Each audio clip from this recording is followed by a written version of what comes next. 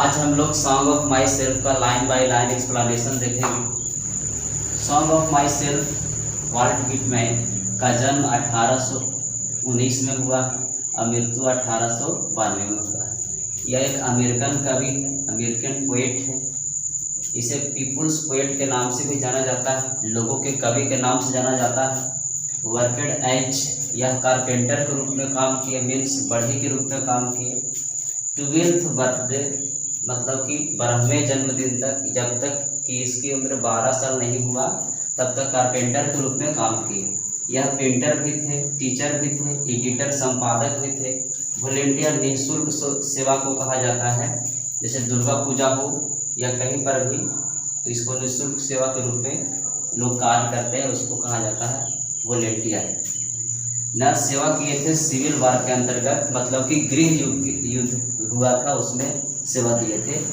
Leaves of grass ये पुस्तक है इनकी, 1855 में प्रकाशित हुआ है। हालांकि परीक्षा में डेट नहीं आता है, आपसे यही प्रश्न है। ड्रम ट्रैप्स 1866 में। तो ड्रम ट्रैप्स और लीव्स ऑफ ग्रास आपको याद रखना है। यह कारपेंटर थे, टीचर थे, यह कारपेंटर थे, पेंटर थे, टीचर थे, एडिटर थे और वॉलेंटियर थे। इतना बात आपको दिमाग में सेट रखना।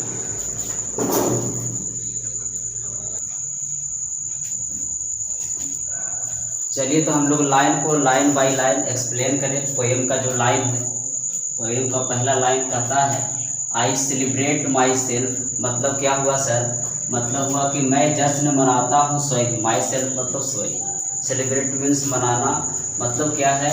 मैं जश्न मनाता हूँ स्वयं ही। और sing myself and sing myself, मैं गीत गाता हूँ स्वयं।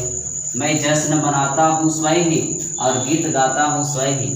कभी अपने आप को कह रहे हैं कि मैं जश्न मनाता हूँ स्वयं और गीत गाता हूँ स्वयं। दूसरा लाइन कहता है कि एंड व्हाट आई एज्यूम, और जो मैं मानता हूँ, जो मैं सोचता हूँ, यू शैल एज्यूम, तुम भी वही मानते हो, तुम भी वही सोचते हो।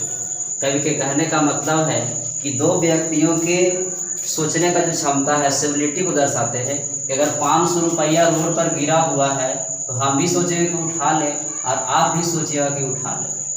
तो दो व्यक्ति के क्या क्या अंदर से जो विचार होते हैं, वो कह रहे हैं कि यदि एंड व्हाट आई एज्यूम, जो मैं मानता हूँ, यू शैल एज्यूम, तुम भी वही मानते हो। क्योंकि यहाँ पर फॉर का मतलब के लिए है, लेकिन सेंस को बैठाने के लिए हम लोग बोलेंगे क्योंकि। For every item belongs to me, मतलब हुआ क्योंकि प्रत्येक कण, क्योंकि प्रत्येक शरीर का जो रक्त से बना है, शरीर का जो 5 तत्वों से बना हुआ है, क्योंकि प्रत्येक कण बिलोंग्स टू मी, संबंध रखता है मुझसे। क्योंकि प्रत्येक कण बिलोंग्स टू मी, संबंध रखता है मुझसे। एज गुड, उतना ही अच्छा, बिलोंग्स टू यू, संबंध रखता है तुमसे। क्योंकि शरीर का जो प्रत्येक कण है वो जिस तरह से मुझसे संबंध रखता है, उसी प्रकार से आपसे भी संबंध रखता है।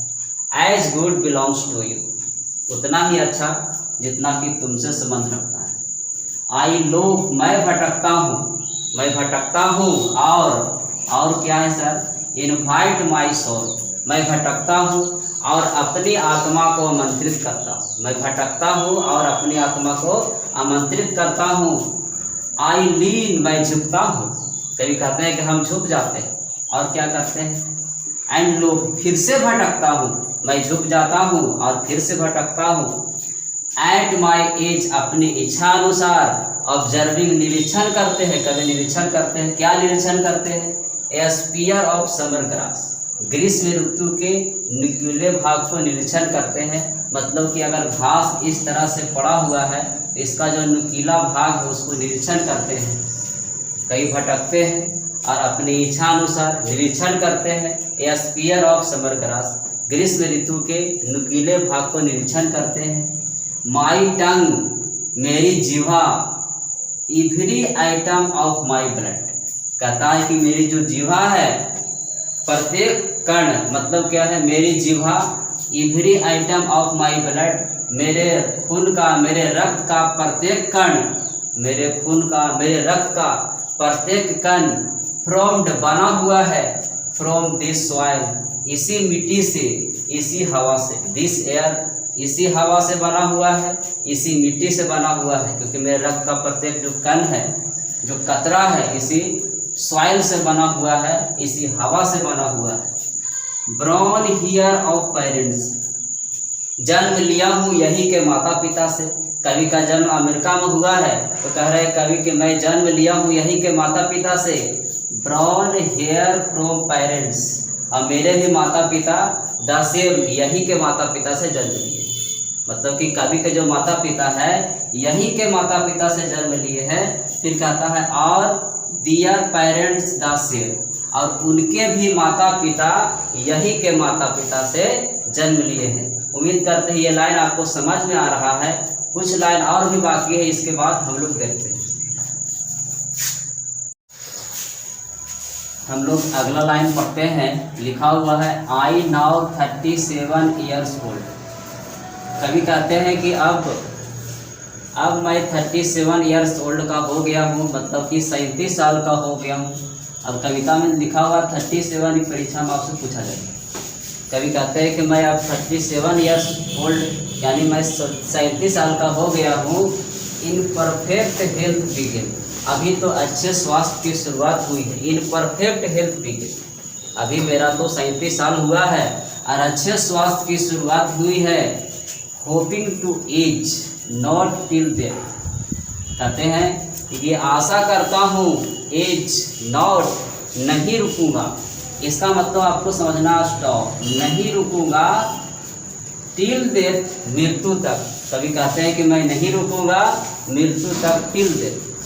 फिर कहते हैं creeds and schools in awareness, धर्म और विचारधारा को परे रखकर। क्रीड्स का मतलब धर्म, स्कूल्स का मतलब विचारधारा, तो क्रीड्स और विचारधारा को परे रखकर कभी कहते हैं कि रिटर्निंग बैक, भूल जाना चाहते हैं ए फाइल, एक क्षण के लिए। कभी कहते हैं कि एक क्षण के लिए हम चाहते हैं कि भूल जाए। सफिशिएंट, पर्याप्त है। एट व्हाट दे आर, जो भी वे हैं, बट नेवर फॉरगॉटेन, लेकिन भूला नहीं जा सकता। हम चाहते हैं एक क्षण के लिए भूल जाना भी, लेकिन हम भूल नहीं सकते। बट नेवर फॉरगेट, लेकिन भूला नहीं जा सकता। आई हार्बर फॉर गुड और bad, I harbour for good और बैड, मैं कामना करता हूँ अच्छे और बुरे दोनों पलों की। मैं कामना करता हूँ, आई हार्बर, मैं कामना करता हूँ, फॉर गुड और बैड, अच्छे और बुरे दोनों पलों की। आई परमिट, मैं साहस रखता हूँ, स्पीक, यहाँ पर टू छूट गया है, टू स्पीक, बोलने के लिए, एट एवरी हजार्ड, प्रत्येक खतराओं, मैं साहस रखता हूँ, टू स्पीक, बोलने के लिए, एट एवरी हजार्ड, प्रत्येक खतरा में।